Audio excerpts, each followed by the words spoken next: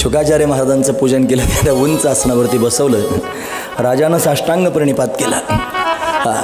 महाराज, मी पाप करून आलो आहे, मला स्वीकारा. साधू संतांच्या समोर गेलं की खरं बोलत जावं महाराज, खरं बोललं की स्वीकारतात. तुम्हाला काय वाटतं, भामटेपणा केलं म्हणजे संतांना कळणार नाही? अहो, ते सर्वज्ञ आहेत ना. काल परवाच आपण ऐकलं, भामटेपणा बायका पोरांच्या समोर करायचा, संतांच्या समोर नाही. त्यांना सगळं काय कळतं. आणि त्यांना फसवण्याचा जर प्रयत्न करत असाल तर जगाचा मालक काय असा हाताला हात देऊन नाही महाराज, तो बरोबर त्यांनी सावध करतो आणि आपल्या भक्ताला मात्र सांभाळतो. असा त्यांनी भगवंताचा स्वभाव आहे. असू द्या, खरं बोलला राजा. महाराज, मी ब्राह्मणाच्या गळ्यामध्ये मेलेला साप टाकून आलो आहे. मला 7 दिवसात मरण्याचा शाप प्राप्त झाला आहे. राजाला 7 दिवसात मरायचं होतं. आपल्याला 8व्या दिवसाची तरतूद नाही, आपल्याला पण 7च दिवसात मरायचं आहे.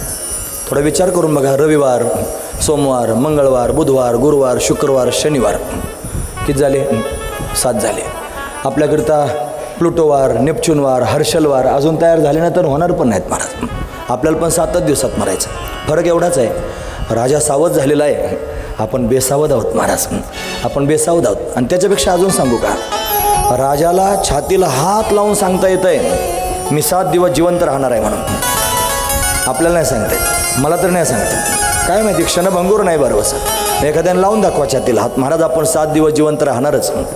कोणी मरावं अशा वाईट वासनेचं मी नाही. पण तरीसुद्धा काय सांगता येतं महाराज, काही भरोसा नाही. क्या भरोसा आहे इस जिंदगी का, कधी त्यांनी मृत्यू होईल सांगता येत नाही. राजाला मात्र शाश्वत आहे 7 दिवस जिवंत राहण्याची. म्हणून 7च दिवसात मृत्यू होत असतो, लक्षात ठेवा. राजानं काय केलं, राजा श्रीगुरूंना शोधण्याकरिता गेला नाही. राजा त्याच्या जागेवर बसून राहिला, भगवंताचं स्मरण करू लागला. श्रीगुरू त्याला शोधत आले. महाराज म्हणतात, आपणच देव होय गुरु. ते म्हणतात, पडिये देव भाव पूर्वी वासना आणि तिथे आपण पाशी न्यावे. ते म्हणले, सापडविले वाटे जाता गंगा स्नाना.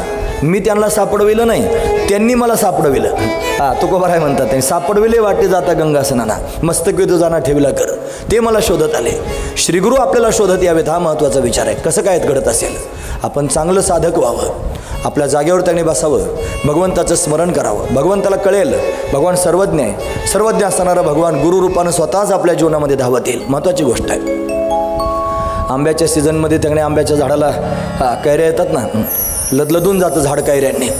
त्यातले एखादंच त्याने महाराज फळ पाडाला लागतं. तो पाड होतो की नाही, तो पाड झाल्यानंतर त्याने महाराज तो पाड झालेलं हे का सांगण्याकरिता काही वेगळं करावं लागत नाही. पाखरू येतं आणि पाडावर जाऊन बसतं आणि त्या पाडाचा आस्वाद त्याने घ्यायला सुरुवात करतं. त्या पाडाने काही पत्र लिहिलं होतं का, हरिभक्तीपरायण पोपटराव, मी आताच पाड झालेलो आहे, तुम्ही या माझा आस्वाद घ्या. असं कधी म्हणतो का आंबा? म्हणत नाही. पण तरीसुद्धा त्याने पोपट येतून त्याच्यावरच बसतो. का बसत असेल? त्याचं कारण आहे महाराज. आधी ती कैरी आहे, ती हिरवी आहे, ती टणक आहे, ती आंबट आहे. तिनं काय केलं, आपल्याच जागेवर थांबली आणि स्वतःच्याच जागेवर थांबून हिरवेपणा घालवला आणि पिवळी झाली. तिनं त्यांनी टणकपणा घालवला, मृदू झाली, आणि आंबटपणा घालवला, मधुर झाली. आपण सुद्धा अहंकाराचा टणकपणा घालून टाकावा. आपण सुद्धा कुविचारांचा हिरवटपणा त्यांनी काढून टाकावा. आपण त्यांनी या सगळ्या गोष्टी जीवनातून जर काढून टाकल्या, एका जागेवर बसून आपण भगवंताचं चिंतन करू लागलं तर भगवंताला दया येईल आणि तो दयाळू असणारा परमात्मा गुरुरूपानं प्रगट होऊन आपल्याला उपदेश करील. हा दिव्य असणारा भाव आहे. पण शुकाचार्य महाराज त्यांनी स्वतः चालत आले. शुकाचार्य सामान्य नाहीत, भागवतात तिघेजण सारखेच दिसतात.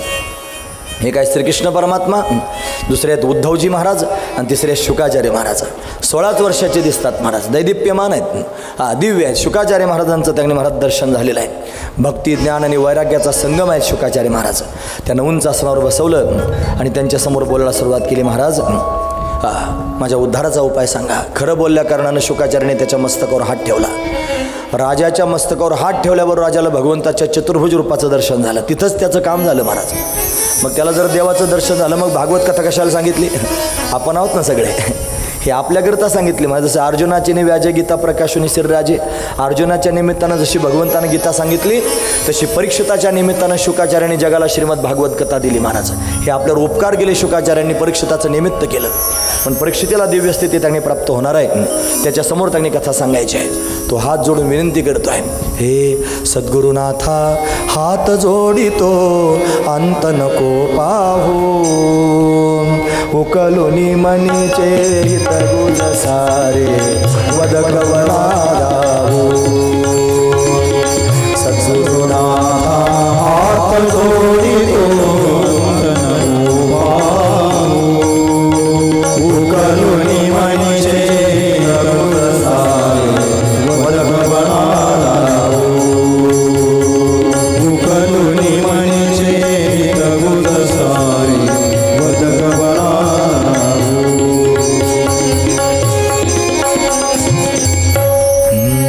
सद्गुरुनाथा हात जोडितो अंत नको पाहू उकलुनी मनीचे हित गुज सारे वदकवना दावो. ही अशी प्रार्थना म्हणायची सवय होती महाराज मला. माझ्या परमार्थाची सुरुवातच स्वामी समर्थ केंद्रातून झाली होती. सुरुवातच स्वामी समर्थ केंद्रातून झाली.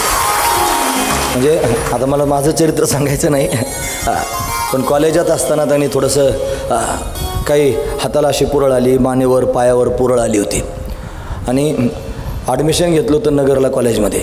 लाज वाटायला लागली शाळेत जायची. काय करायचं, औषध घेऊन थकलो पण काही फरक पडेना. एका मित्रानं मला श्रीगोंदा तालुक्यामध्ये त्यांनी गाव आहे, तिथं त्यांनी स्वामी समर्थ केंद्रात नेलं. तिथं बाळासाहेब झेलकर म्हणून तिथं त्यांनी केंद्र प्रमुख होते आणि त्यांनी मला सेवा दिली. ते म्हणले 12 लाख श्री स्वामी समर्थ मंत्राचा जप करा, 6 लाख गायत्री मंत्राचा जप करा आणि पंचगव्य त्यांनी तयार करा. जे तुम्ही उदबत्ती लावणार आहात त्याचं जे भस्म आहे ते भस्म त्यांनी जिथं तुम्हाला पुराळ आली तिथं लावा. 2 महिने औषधं खात होतो. 6 दिवसातच सगळं गेलं महाराज. सगळं 6 दिवसातच गेलं सगळं. काय औषध बंद करून टाकलं सगळं आणि 6 दिवसात त्यांनी बरं झालं. एवढा आनंद झाला मला. कॉलेजला जायचं बंद करून जागेवरच बसून जप करीत राहिलो. घरचे लोक म्हणले बिघडला आता, जपच करायला लागला. एवढ्या दिवसानंतर त्यांनी शाळेत गेलो. शाळेत गेल्यानंतर त्यांनी ज्या वेळेला खरोखर प्रेझेंटी होत होती, सायन्स साईडला ॲडमिशन होतं म्हणून रोज प्रॅक्टिकल असल्यामुळे प्रेझेंटी व्हायची. प्रेझेंटी होत असताना त्यांनी येस मॅडम म्हणलो, पण मॅडमवर काहीच प्रतिक्रिया नव्हत्या. मला वाटलं मी आता गैरहजर आहे, मॅडम काहीतरी रागवतील. मॅडमचं नावसुद्धा मला आठवतं, शिंदे आडनाव होतं मला त्यांचं. पण नंतर सगळं झाल्यानंतर ते सर्टिफिकेट घेऊन गेलो. म्हणलं मॅडम मी गैरहजर होतो. त्यांनी त्या महिन्याचा कॅटलॉग पाहिला. प्रत्येक त्यांनी दिवसाची हजेरी लागलेली होती. त्यांना आश्चर्य वाटलं. मग त्यांनी आणखी कोणाला बोलावलं बेल वाजून आणि मागच्या महिन्यातला कॅटलॉग मागून घेतला. त्याच्यात पण पूर्ण हजेरी लागली होती. 2 महिन्याची हजेरी लागली होती. त्या म्हणलं 2 महिने तू रोज शाळेत येतोय, मी तुझं सर्टिफिकेट का घेऊ. मी त्यांच्यासमोरच रडायला लागलो. म्हणलं मॅडम खरंच मी गैरहजर होतो. माझ्या लक्षात आलं की मी घरी बसून जप करीत होतो आणि माझे स्वामी महाराज माझी हजेरी लावित होते. बरोबर असं त्यांनी महाराज जीवनामध्ये घडलं. नंतर मला श्री लखनगिरी महाराजांची, ब्रह्मलीन श्री लखनगिरी महाराजांची भेट झाली. ते हुबेहूब स्वामी महाराजांसारखेच दिसणारे होते. म्हणून मी स्वामी महाराजांसमोर फार विनंती करत होतो की मला तुमचं दर्शन झालं पाहिजे, मला भेट द्या. म्हणून एक दिवशी पहाटे 4 वाजता मोठी भिंत त्यांनी घराच्या भिंती एवढी मूर्ती स्वामी महाराजांची दिसली आणि त्याच दिवशी आमच्या घरी ते महात्मे आले. हुबेहूब तसेच दिसत होते. सिद्धासनात बसले की स्वामी महाराजच. मला वाटलं बस स्वामी महाराज भेटले. त्यांच्यापासून परमार्थाची सुरुवात झाली. ते कृष्ण भक्त होते. मग त्यांच्याकडून कृष्ण भक्तीचं त्यांनी अशा पद्धतीनं लोन मिळालं आणि तिथून पुढं त्यांनी स्वामी महाराजांनी श्रीकृष्ण परमात्मा 2 नाहीत ही पक्की गोष्ट अंतकरणात ठसवली. कारण फोटो जरी स्वामी महाराजांचा असला तरी वाक्य खाली आनंदश्यंत यंतुमाम हे कृष्ण परमात्म्याचं आहे. लक्षात ठेवा. म्हणून कृष्ण आणि स्वामी महाराज 2 नाहीत. म्हणून अशी एकरूपतेची भक्ती त्यांनी प्राप्त झाली. आणखी त्यांनी बरेचसे प्रसंग घडले. आता मला माझं चरित्र सांगायचं नाही. मला स्वामी समर्थ केंद्रात मी कथा करतोय म्हणून हा प्रसंग आवर्जून सांगावा असा वाटला म्हणून मी तुमच्यासमोर तो सांगितलं. असं त्याच्यात बरंच काही आणखी आहे, पण तरीसुद्धा स्वामी भक्ती जीवनामध्ये बरंच काही देऊ शकते. असो म्हणून राजा विनंती करतो आहे माझ्यावर कृपा करा. अहो आद्य वयम ब्रह्मण सत्सेवा क्षत्र बांधवा कृपया अतिथीरूपेनं तुम्ही त्यांनी आलात. माझ्यावर कृपा करा. आता पृच्छामी संसिद्ध्यम योगिनाम परमम गुरुम पुरुषस्य यत्कार्य म्रियमानस्य सर्वथा. लवकरात लवकर मरणाऱ्या माणसाच्या मुक्तीचा उपाय काय मला सांगा. असं ज्या वेळेला बोलायला सुरुवात केली तेव्हा शुकाचार्य महाराज प्रसन्न झाले. या स्कंधामध्ये शुकाचार्यांनी काही उत्तर दिलं नाही. प्रथम स्कंध पूर्ण झाला. द्वितीय स्कंधात आपण पदार्पण करतो. जसा प्रथम स्कंध म्हणजे अधिकार स्कंध आहे तसा द्वितीय स्कंध म्हणजे साधना स्कंध आहे. पहिल्या स्कंधामध्ये अधिकारी परमार्थाचा परमात्मा प्राप्तीचा कसा असावा हे सांगितलं. काय अधिकार कळाला आपल्याला. राजा परीक्षितानं भगवंताची प्राप्ती करून घेण्याकरिता सगळ्या राज्याचा काही क्षणात त्याग केला. बायका मुलांचा त्याग केला आणि राजा वल्कल वस्त्र धारण करून भगवंताच्या दिशेने निघून गेला. हा त्याने अधिकारी आहे, असा अधिकारी झाला पाहिजे. माऊलींनी त्याचा अनुवाद केला. ते म्हणजे झडझडोनी वहिला निघ ये भक्तीची वाटी लाग, जिया पावसी अव्यंग निज धाम माझे. पण सर्वस्वाचा त्याग करून भगवंताच्या भक्तीला लाग. पण ज्याला सर्वस्व भगवंताच्या भक्तीकरता काही क्षणात सोडता येतं तो खऱ्या अर्थानं अधिकारी आहे. आणि तो अधिकारी भागवतामध्ये त्यांनी पहिल्या स्कंदात सांगितला. आता अधिकार कळाला, पण अधिकारानं काय साधना करावी ती साधना दुसऱ्या स्कंदात सांगितली. पण याला साधना स्कंद म्हणतात, त्याला श्रवण स्कंद पण असं पण म्हणतात. पण त्यांनी पहिल्या 2 अध्यायांमध्ये ध्यान प्रकरण आहे, नंतरच्या 2 अध्यायांमध्ये श्रोत्या वक्त्याच्या हृदयाची शुद्धी आहे, शेवटच्या 6 अध्यायांमध्ये निधिध्यासन वर्णन करून सांगितलेलं आहे. श्री शुकाचार्य महाराज राजाच्या प्रश्नाची प्रशंसा करतात. राजा, काय गोड प्रश्न विचारलास, तो तुझ्या हिताचा नाही, सगळ्या जगाच्या हिताचा आहे. लवकरात लवकर तुला मारायचं नाही, तुझ्यापेक्षा घाईवर आहेत बरेच लोक, पण ते सावध नाहीत, त्यांना ते कळत नाही. म्हणून त्यांनी गोड असणारा प्रश्न विचारला. प्रश्नाची प्रशंसा करतात श्री शुकदेवजी महाराज या द्वितीय स्कंदामध्ये प्रथम श्लोकात. हरी श्री शुकोवाच हे वर्यानेश ते प्रश्न कृतो लोकहित आत्मविसम्मतम श्रोतव्यातिशय पराहर. ऐक राजा, तू अतिशय सुंदर प्रश्न विचारलेला आहेस. वर्यानेश ते प्रश्न कृतो लोकहितम नृपा, लोकांच्या हिताचा प्रश्न विचारला. ज्याचं मरण जवळ आलेलं आहे त्यानं काय केलं पाहिजे त्याच्याकरिता साधना सांगतो. श्रोतव्यादिनी राजेंद्र नृणाम संत्य सहस्रशः. तू कान उंच करून ऐक, मी तुला ते सांगतो आहे. काय करावं? देहापत्य कलत्रादिषु आत्मसन्यस्य सत्स्वपी तेषां प्रमत्तो निधनम पश्यन्नपि न पश्यते. देह म्हणजे शरीर, अपत्य म्हणजे मुलं, कलत्र म्हणजे त्यांनी सगळेचे सगळे नातेसंबंधी. देह अपत्य कलत्र ह्या सर्वांना त्यांनी अंतकरणातून त्यांनी दूर कर. आत्मस्वरूपाच्या ठिकाणी केंद्रित हो. हे सर्व त्यांनी पाहून नाही पाहिल्यासारखं कर. कोणाकरता आहे? ज्याचं मरण जवळ आले त्याला. आता कोणाचं जवळ आलं असेल? लोकाला वाटतं म्हातारं झाल्यावर त्यांनी मनुष्य मरतो, असं होईल तसं होईल, अंथरुणाला त्यांनी खेळेल मग त्याचा मृत्यू होईल. असलं होत नसतंय. मृत्यू कोणाला पण येतो आणि कधी पण येतो आणि कोणत्या पण क्षणाला येतो. पण प्रत्येक क्षणाला जीवनातल्या अंतिम क्षण समजलं पाहिजे आणि भगवंताचं स्मरण केलं पाहिजे. महत्त्वाचा विचार आहे. म्हणून त्यांनी लक्षात घेण्यासारखाच मुद्दा आहे महाराज. म्हणून भगवंताचं स्मरण करावं. मग कसं करावं? म्हणजे तस्मात भारत सर्वात्मा भगवान ईश्वरो हरिही श्रोतव्य कीर्तितव्यश्य स्मर्तव्यश्यता भयम. 3 गोष्टी सांगितल्या. पण श्रीहरी परमात्मा आहे, त्याचे गुणानुवाद त्यांनी गावेत. ते गुणानुवाद कानाने ऐकावेत आणि गात असताना आणि ऐकत असताना भगवंताचं स्मरण करावं असं सांगून टाकलं. राजा म्हणला, महाराज मग हे कशाकरिता करायचं? म्हणे अंतकाल समयाला असं केल्यानं भगवंताचं स्मरण होईल. म्हणजे देवाचं स्मरण अंतकाल समयाला व्हावे याच्याकरिता जर एवढं करायचं असेल काय आवश्यकता आहे? त्यावेळेला करता येईल ना स्मरण ऐन वेळेला? म्हणले राजा, असं ऐन वेळेला स्मरण भगवंताचं होत नसतं. त्याच्याकरिता स्पष्ट शब्द वापरले. एतवान सांख्य योगाभ्याम स्वधर्म परिनिष्ठया जन्मलाभ पराम पुंसा अंतो नारायण स्मृती. अरे जन्मभर जरी भगवंताचं त्यांनी अशा पद्धतीने स्तवन केलं आणि अंतकाल समयाला त्यांनी जर पाहिलं तर भगवंताचं स्मरण होत नाही. जन्म जन्म मुनी जतन कराई अंत राम काही आवत नाही. जन्म जन्म तपश्चर्या साधू संतांनी केली पण अंतकाल समयाला देव सहजासहजी आठवला नाही. आणि तुला असा सहज कसं काय आठवेल? म्हणून त्यांनी आठवत नाही महाराज देव. याच्यात दृष्टांत आहेत सांगायला, पण वेळ संपून गेली नाही, मी पुढे जाणार आहे. म्हणून त्यांनी महाराज ठीक आहे, मग तुम्ही म्हणाल तशी साधना मी करायला तयार आहे. काय करू साधना? ते म्हणजे इदम भागवतम नाम पुराणम ब्रह्मसंहितम. ब्रह्मसंहित असणारं पुराण आहे भागवत. 7 दिवसामध्ये तू भागवत कथेचं श्रवण कर. म्हणले पण महाराज माझ्याकडे 7च दिवस आहेत, या 7 दिवसात कसा माझा उद्धार होईल? ते म्हणले 7 दिवस कशाला लागतात उद्धार होण्याकरिता? 1 तासातही उद्धार होऊ शकतो. पण उदाहरण सांगितलं. खट्वांगो नाम राजर्षी ज्ञात्वे यत्ता महाविषः मुहूर्तात सर्व मृत्सृज्य अभयम गतवान हरिही. 1 तास उरला खट्वांग रायाशी, भाग्यदशा कैशी प्राप्त झाली, सापडला हरी तयाला साधने. खट्वांग राजाला 1 तास त्याने शिल्लक होता. भगवंताचं चिंतन त्यानं केलं. त्याचा परिणाम काय झाला असेल तर भगवंताचा त्याने साक्षात्कार झाला. सगळं पाप त्याचं जळून गेलेलं आहे. म्हणून त्या 1 तासात जर उद्धार होऊ शकतो, जर 7 दिवसात उद्धार तुझा का होऊ शकत नाही सांग? असं म्हणल्यानंतर राजाला आनंद झाला. म्हणला महाराज काय साधना करू, कशी साधना करू सांगा? मग सांगितलं.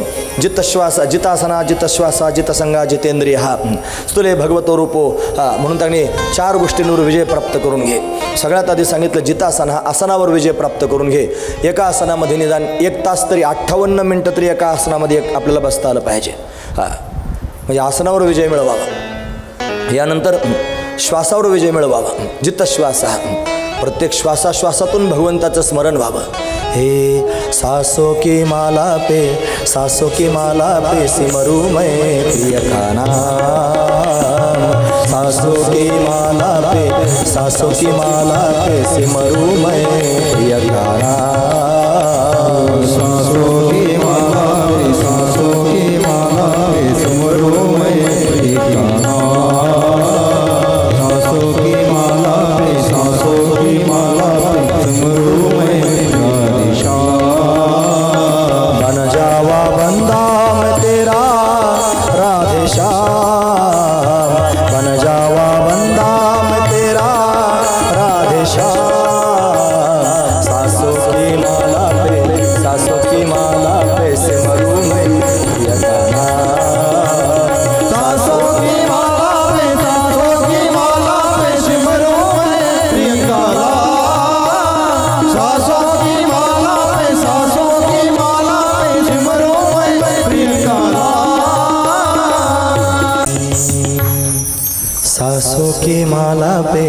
सासों की माला पे सिमरू मैं पिए का नाम, बन जावा बंदा मैं तेरा राधे श्याम, बन जावा बंदा मैं तेरा राधे श्याम। सासों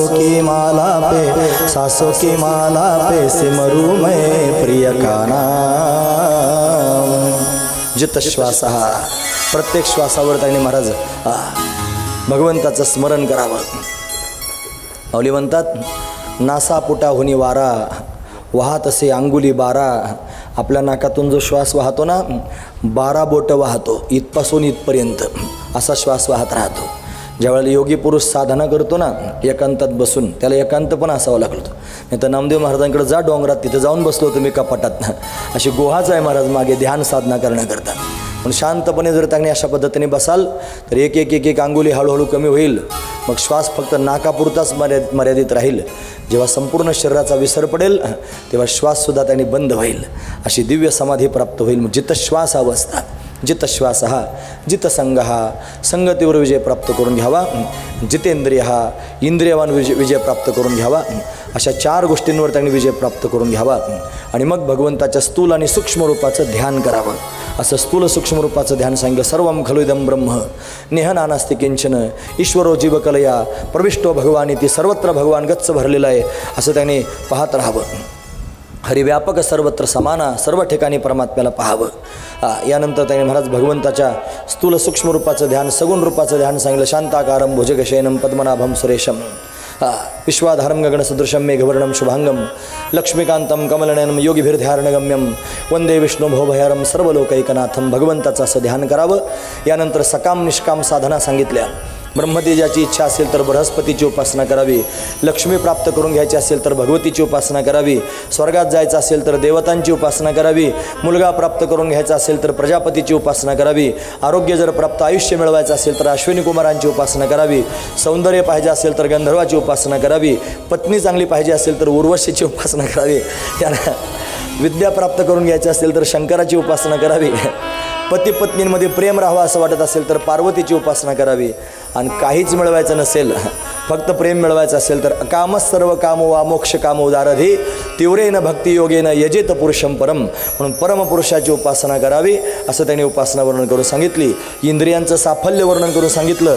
हे सगळंचे सगळं वर्णन करून सांगत राजा मोठा आनंदी होऊ लागला। आता शुकाचार्य त्याला शास्त्र सांगायला लागले आहे। राजाच्या मनात अनेक प्रकारचे प्रश्न निर्माण होऊ लागले। महाराज तुम्ही सांगितलं भगवान त्यांनी अशा पद्धतीने संपूर्ण सृष्टीच्या रूपानं आहे, आणि हा भगवान त्यांनी सृष्टी निर्माण करतो, पण कशी निर्माण करतो मला ते ऐकायचं आहे। भगवान सृष्टी कशी निर्माण करतो, त्याचं पालन कसं करतो, त्याचा संहार कसा करतो, हे मला त्यांनी कृपा करून सांगा। राजाचा प्रश्न ऐकून त्यांनी महाराज शुकाचार्यांना आनंद झाला आणि शुकाचार्य महाराज शास्त्र सांगण्याकरता तयार झाले। शास्त्र सांगणार आहेत। 10ला अजून 20 मिनटं कमी आहेत, अजून 5-10 मिनटात त्यांनी मी बोलून 10 मिनटं आधीच थांबण्याचा निश्चित प्रयत्न करेन। लक्षपूर्वक ऐका। म्हणून श्रीमद भगवद्गीता आणि श्रीमद भागवत कथा याच्यात एक साम्य आहे। काय साम्य आहे? श्रीमद भगवद्गीतेमध्ये सुद्धा पहिल्या अध्यायात भगवान बोलला नाही आणि कोणत्याही प्रकारचं शास्त्र पहिल्या अध्यायात नाही। दुसऱ्या अध्यायात भगवंतानं शास्त्र सांगितलं अर्जुनाला। शास्त्र सांगायला सुरुवात केली गीतेच्या दुसऱ्या अध्यायात। तशी श्रीमद भागवतामध्ये सुद्धा भगवद्गीतेत जसं दुसऱ्या अध्यायात शास्त्र सांगितलं तसं भागवताच्या सुद्धा दुसऱ्या स्कंधामध्ये त्यांनी शास्त्र सांगायला सुरुवात केली। शुकाचार्यांना आता शास्त्र सांगायचं, त्यांनी भगवंताचं स्तवन केलं, वस्तुनिर्देश रूप मंगलाधी केलं। नमक परस्मय पुरुषाय भूयसे सदुद्भव स्थान निरोध लिलिया गृहीत शक्ती तृतयाय देहिनाम अंतर्भवान अनुलक्ष वर्तमने। यानंतर त्यांनी शुकाचार्यांनी त्यांची जी दीक्षा गुरु आहे ती भगवती राधाराणी, त्या राधाराणीची वंदना केली। नमो नमस्तेस्तु वृषभाय सात्वताम विदुर काष्टाय मुहुक्क योगिनाम निरस्त साम्यातिशयन राधसा असा शब्द वापरला। स्वधामणी ब्रह्मनिरस्यते नमः, तो पण स्पष्ट वापरला नाही, कारण राधाराणीनं शुकाचार्यांना सांगितलं होतं जा माझ्या भगवंताचे गुणानुवाद गा, पण ते गात असताना माझं नाव कुठेच येऊ देऊ नकोस। पण राधाराणीची आज्ञा म्हणून राधेचं नाव त्यांनी कुठे शुकाचार्यांनी भागवतात घेतलं नाही, राधसा शब्द वापरला, पण राधा म्हणले नाहीत। दुसरा कारण सांगतो, राधा त्यांना म्हणताच येत नव्हतं, त्यांनी राधा म्हणलं की त्याच्या विरुद्ध होत होतं। राधा धारा, राधा शब्द उच्चारलं की त्यांच्या डोळ्याला धारा लागत होत्या आणि समाधी लागून त्यांनी महाराज पुढचं बोलणं बंद होत होतं, म्हणून ते राधा म्हणत नव्हते। त्यांच्या अंतकरणामध्ये राधा भाव त्यांनी प्रगट झालेला होता। दिव्य असणारी स्थिती आहे। म्हणून त्यांनी राधाराणीची वंदना केली. यानंतर त्यांनी नमस्तस्मै भगवते वासुदेवाय वेधसे वपुर्ज्ञानमयम सौम्याम यन्बु वृखांबु भुवासवम, म्हणजे व्यासदेवांची वंदना या ठिकाणी अशा पद्धतीने केली. म्हणून शुकाचार्यांनी त्यांनी वंदना करून शास्त्र सांगायला सुरुवात केली. ते म्हणले, राजा तू मला जसा प्रश्न विचारतोयस असाच प्रश्न एकदा नारदजी महाराजांनी ब्रह्मदेवाला विचारला होता की भगवान सृष्टीची निर्मिती कशी करतो, त्याचं पालन कसं करतो, संहार कसा करतो ते सांगा. मग ब्रह्मदेवानं नारदाला जे सांगितलं ते सांगतो. ब्रह्मदेवानं सांगायला सुरुवात केली नारदजी महाराजांना. हरी ब्रह्मोवाच हे नारायण परा वेदा देवा नारायणांगजा नारायण परा लोका नारायण परामकः नारायण परो योगो नारायण परंतप नारायण परम ज्ञानम नारायण परम गती. एक नारायणच असा आहे जो त्यांनी स्वतः सृष्टीच्या रूपानं प्रगट झाला. तो स्वतःच खेळण्याकरिता सृष्टीचं पालन करतो आहे आणि त्याचा खेळ पूर्ण झाल्यानंतर तो सृष्टीचा संहार करतो आहे. तो स्वतःच त्याने या सर्व रूपानं प्रतीतीला आलेला आहे. म्हणजे ईश्वर त्यांनी संपूर्ण जगताला अभिन्न निमित्त उपादान कारण आहे. अभिन्न निमित्त उपादान कारण त्यांनी ईश्वर आहे. तो ईश्वरच त्यांनी अशा पद्धतीने सर्व ठिकाणी व्याप्त आहे आणि तो खेळतो आहे असं सांगायला सुरुवात केली. हे सांगत असताना सांगितलं आधी एकमेव ब्रह्म एकमेव अद्वितीय ब्रह्म म्हणून एकटा असणारं ब्रह्म आहे. त्या ब्रह्मस्वरूपाच्या ठिकाणी प्रकृती अध्यस्त प्रतीतीला आली. त्या प्रकृतीचा परमात्म्याचा अनादिकल्पित तादात्म्य संबंध झाला. या संबंधातून प्रकृतीचे असणारे 3 रूप आहेत, माया, अविद्या आणि तमप्रधान प्रकृती. या नियमानुसार मायेचा परमात्म्याशी संग झाला, परमात्म्याला ईश्वर नाव प्राप्त झालं. अविद्येचा परमात्म्याशी संग झाला, परमात्म्याला जीव असं नाव प्राप्त झालं. आणि तमप्रधान प्रकृती होऊन प्रकृतीनं परमात्म्याशी संग केला, परमात्म्याला जगत असं नाव प्राप्त झालं. ईश, जीव आणि जगत अशी सृष्टी त्यांनी प्रत्यक्ष प्रगट झाली आणि भगवान स्वतःबरोबर खेळू लागला. म्हणून त्यांनी 3 गुण पाहायला मिळाले, सत्वगुण, रजगुण आणि तमगुण. या 3 गुणांची साम्य अवस्था म्हणजे प्रकृती. या प्रकृतीच्या 3 गुणांपासून काल, कर्म आणि स्वभाव प्रगट झाले. त्यांच्यापासून महत्त्व त्यांनी प्रगट झाले, पंचमहाभूत. त्यांच्यापासून 3 प्रकारचे अहंकार अशा पद्धतीने प्रगट झाले आणि 24 तत्व त्यांनी प्रकृतीचे पाहायला मिळाले. आणि या माध्यमातून संपूर्ण सृष्टीचं सृजन भगवंतानं अशा पद्धतीने केलं. हे करत असताना त्यांनी मोठं ब्रह्मांड निर्माण झालं. या ब्रह्मांडाला त्यांनी भगवंताला चालवायचं आहे. ते चालवण्याकरिता परमात्मा त्यांनी महाराज स्वतःच शांताकारम भुजगशयनम पद्मनाभम सुरेशम या रूपामध्ये क्षीरसमुद्रामध्ये शेषशय्येवर स्वतः पहुडला. त्याच्या नाभीतून कमळ प्रगट झालं. कमळातून ब्रह्मदेवाचं प्राकट्य झालं. ब्रह्मदेवानं पाहिलं मी एकटाच आहे, सगळीकडे जल पाहायला मिळत आहे, पाणीच पाणी सर्वत्र त्यांनी दिसतं आहे. मी कोण आहे, मी कुठून आलेलो आहे, कुणी मला जन्म दिलेला आहे, हे सगळेचे सगळे प्रश्न ब्रह्मदेवाच्या मनात आहे. उद्विग्न झालेल्या ब्रह्मदेवाला कानावर 2 शब्द ऐकू आले, तप तप. असे तप करा म्हणून 2 शब्द कानावर ऐकू आले. काय तपश्चर्या करू, कोणाची तपश्चर्या करू, ज्यानं मला हे तप म्हणून ऐकवलेलं आहे त्याचं स्मरण केलं पाहिजे. पण 100 वर्ष ब्रह्मदेवानं त्यांनी महाराज तप केलं. कायिक तप आहे, वाचिक तप आहे, मानसिक तप आहे, 3 प्रकारचं तप पाहायला मिळतं. ब्रह्मदेवानं तपश्चर्या केली, त्याचा परिणाम परमात्मा ब्रह्मदेवावर प्रसन्न झाला आणि प्रसन्न होऊन ब्रह्मदेवाच्या समोर भगवान प्रगट झालेले आहेत. चतुर्भुज असणाऱ्या भगवंताचं दर्शन झालं. ब्रह्मदेवाला वैकुंठ धामाचं दर्शन भगवंतांना अशा पद्धतीने घडवलं आणि मग सांगितलं तू माझा मुलगा आहेस, मीच तुला जन्माला घातलेला आहे, मला खेळायचं आहे आणि खेळण्याकरिता मी तुला प्रगट केलेला आहे. काय खेळायचं आहे, सृष्टी निर्माण करायची आहे. ती सृष्टी तू निर्माण करायची आहेस, मी सृष्टीचं पालन करणार आहे. रुद्र भगवान त्यांनी प्रगट होऊन त्या सृष्टीचा संहार करणार आहेत असं त्यांनी ब्रह्मदेवाला सांगू लागले. म्हणून माझी आज्ञा आहे तुम्ही सृष्टीची निर्मिती करा. ब्रह्मदेव म्हणले सृष्टी निर्माण करायला सांगितले इथपर्यंत ठीक आहे, पण मला सृष्टी निर्माण करण्याचं ज्ञान कुठं आहे, माझ्याकडं ज्ञान नाही. आणि सृष्टी निर्माण कर म्हणतोस देवा. सृष्टी जर निर्माण झाली म्हणजे सृजन होईल आणि सृजनामध्ये मोह निर्माण होईल. मनुष्य जोपर्यंत एकटा असतो तोपर्यंत फार आनंदात असतो. एक म्हण आहे, एकटा जीवन सदाशिव. 2-4 तांदूळ डोक्यावर पडले आणि त्या मंढवळ्या जरी बांधल्या तरी माणसाचं मन ढवळून जातं महाराज. आणि मन ढवळलं की त्याच्या मनात कार्यक्रम सुरू होतात. मग तो त्यांनी महाराज त्या मोहामध्ये अडकून पडत असतो. म्हणून त्यांनी महाराज मी मोहात अडकेल, मला त्याला जर पुढे त्यांनी संतती झाली तर अजून त्याच्यापेक्षा जास्त मोहात त्यांनी अडकून पडतो. मी एकटा आहे, आनंदात आहे, पण त्यांनी सृजन जर झालं तर मोह मला निर्माण होईल. भगवंतानं सांगितलं मी सृष्टी निर्माण करण्याचं ज्ञान पण देतो आणि मोह निर्माण होऊ नये असं पण ज्ञान तुला सांगतो. भगवंताचे शब्द आहेत. हरे श्री भगवान उवाच हे ज्ञानम परमगुह्यम मे यद विज्ञान समन्वितम सरहस्यम तदंगंच गृहान गदितम मया यावानहम यथा भावो यद्रूप गुण कर्मना तथैव तत्वविज्ञानम अस्तु ते मदनुग्रहात. भगवंतानं सांगितलं मी ज्ञानम परमगुह्यम, गुह्य असणारं ज्ञान सांगतो.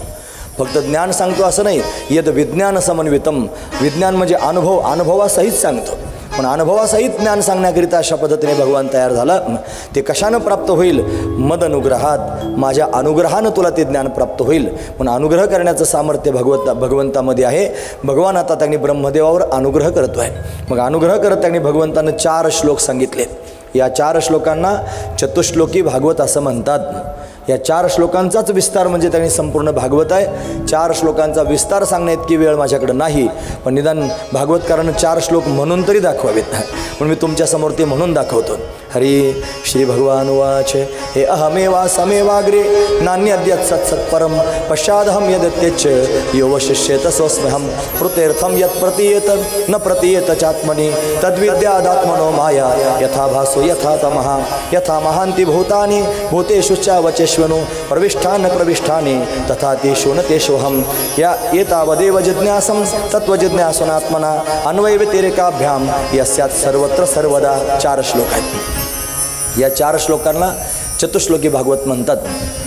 पहिल्या श्लोकामध्ये परमात्मा तत्त्व सांगितलं, दुसऱ्या श्लोकामध्ये माया तत्त्व सांगितलं, तिसऱ्या श्लोकामध्ये जगत तत्त्व सांगितलं आणि चौथ्या श्लोकामध्ये आत्मतत्व सांगितलं. 4 श्लोकांमध्ये 4 तत्वांचा उपदेश भगवंतानं ब्रह्मदेवाला केला आणि ब्रह्मदेव ज्ञानी झाला. या ज्ञानसंपन्न असणाऱ्या ब्रह्मदेवानं दशलक्षणात्मक असणारी सृष्टी त्यांनी सगळ्याच्या अशा पद्धतीने प्रगट केली. म्हणून काय ब्रह्मदेवाला करता आलं ते पुढे सांगितलं. एतन्मतम समातिष्ठ परमेन समाधिना भवान कल्प विकल्पेषु न विमोहित करेचित. म्हणून त्यानं सृष्टी निर्माण करायला सुरुवात केली. त्याच्यात काय काय झालं असेल भागवतात असं वर्णन आहे. हे अत्र सर्ग विसर्गस्य स्थानम पोषण उतयान मन्वंतरी ईशानुकथा निरोधो मुक्तिराश्रया. म्हणून त्यांनी सर्ग विसर्ग स्थान पोषण उती मन्वंतर ईशानुकथा निरोध मुक्ती आणि आश्रय अशी 10 लक्षणं त्यांनी पाहायला मिळाली. दशलक्षणात्मक त्यांनी असणार हे भागवत आहे. याला महापुराण असं म्हणतात कारण ही 10ची 10 लक्षणं याच्यात वर्णन करून सांगितले आहेत. अशा पद्धतीनं भगवंतानंच सृष्टी निर्माण केली, भगवानच तिचं पालन करतो आणि भगवानच संहार करतो. हे सर्व नारायणाच्या माध्यमातून घडतं असं ब्रह्मदेवाला त्या नारदजी महाराजांना ब्रह्मदेवानं सांगितलं आणि तेच राजा मी तुला सांगतोय असं सांगत या ठिकाणी द्वितीय स्कंध त्यांनी पूर्ण झालेला आहे. आता तृतीय स्कंधात आपण पदार्पण करतो आहोत. तिसरा स्कंध म्हणजे त्यांनी महाराज सर्ग लिहिला. हे जे 10 लक्षणं सांगितले ना तुम्ही ऐकतात ना सर्वजण, महत्त्वाचा मुद्दा सांगतो. 12 स्कंध आहेत ना भागवतामध्ये. पहिला स्कंध होता अधिकार स्कंध, दुसरा स्कंध होता साधना स्कंध. आता किती राहिले? 10 स्कंध राहिले.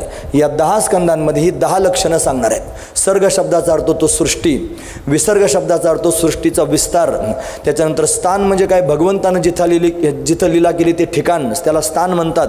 पोषण म्हणजे भगवान भक्तांचं भरण पोषण करतो त्याचं वर्णन पोषण. त्याच्यानंतर उती म्हणजे कर्मवासना. त्याच्यानंतर त्यांनी मन्वंतर म्हणजे कालगणना. त्याच्यानंतर ईशानुकथा म्हणजे ईश्वराला अनुसरलेले जे भक्त आहेत त्यांची कथा. त्याच्यानंतर निरोध म्हणजे दुष्ट असणाऱ्या दैत्यांचा संहार भगवंतानं केलं त्याचं वर्णन. त्याच्यानंतर मुक्ती म्हणजे मोक्ष स्वरूपाचं वर्णन ज्ञान. आणि त्यांनी आश्रय म्हणजे भगवान भक्तांना कसा सांभाळतो त्याचं वर्णन. असं दशलक्षणं त्यांनी पुढच्या 10 स्कंधांमध्ये आपल्याला पाहायचे आहेत. जो तिसरा स्कंध आहे हे बघा एवढं सुटसुटीत जर भागवतकारानं लोकांच्या समोर सांगितलं तर निदान भागवत काय आहे हे तरी लोकाला कळेल. नका का सगळं लक्षात राहीना पण निदान त्याचं सिंहावलोकन तरी कळेल ना. याला भागवत म्हणतात. भागवतात हे असं सांगितलेलं आहे, एवढ्या स्कंधांमध्ये एवढं वर्णन आहे असं त्यांनी एवढं जरी कळालं लोकांना तरी पण ते त्यांच्या आठवणीत राहील याच्याकरता सांगितलं जाते. लक्षपूर्वक ऐका. म्हणून तिसऱ्या स्कंधात आपण पदार्पण करतो आहोत. त्याच्यामध्ये त्यांनी 30 अध्याय आहेत. त्याच्यामध्ये सर्ग लीला वर्णन करून सांगितले म्हणजे सृष्टी सांगितली. आता सृष्टी कशी झाली याच्याविषयी अनेक लोकांचे वाद आहेत महाराज. त्याला शास्त्रार्थ असं म्हणतात. म्हणून त्यांनी काही लोकांनी आरंभवाद मानला. सगळ्यात आधी सांगत जावं अजातवाद. अजातवाद म्हणजे ज्याच्यात कैवल्य स्थिती सांगितली त्याला अजात. एकमेव अद्वितीयम ब्रह्म त्याला अजातवाद असं म्हणतात. अजातवाद म्हणजे लोकांना कळत नाही. अजातवाद म्हणजे काय? याचा आजा आणि त्याचा आजा दोघांच्या आजात झालेला वाद त्याला अजातवाद म्हणायचा. तसा अर्थ नाही बरं त्याचा. अजातवाद म्हणजे त्या कैवल्य स्थिती ज्याच्यात वर्णन एकमेव अद्वितीयम ब्रह्म जिथं सांगितलं जातं ते अजातवादाचं वर्णन आहे. लोकांना तो झेपत नाही. मग त्याच्यापेक्षा त्यांनी खाली उतरून विवर्तवाद सांगितला. तो लोकांना म्हणजे अध्यासवाद सांगितला. तो लोकांना कळाला नाही. मग दृष्टीसृष्टीवाद सांगितला. मग सृष्टीदृष्टी सृष्टीवाद सांगितला, तो कळाला नाही. मग त्याने परिणामवाद सांगितला, तो कळाला नाही. मग आरंभवाद सांगू लागले. सृष्टीचा आरंभ झाला आणि तो कसा झाला हे त्यांनी सांगा.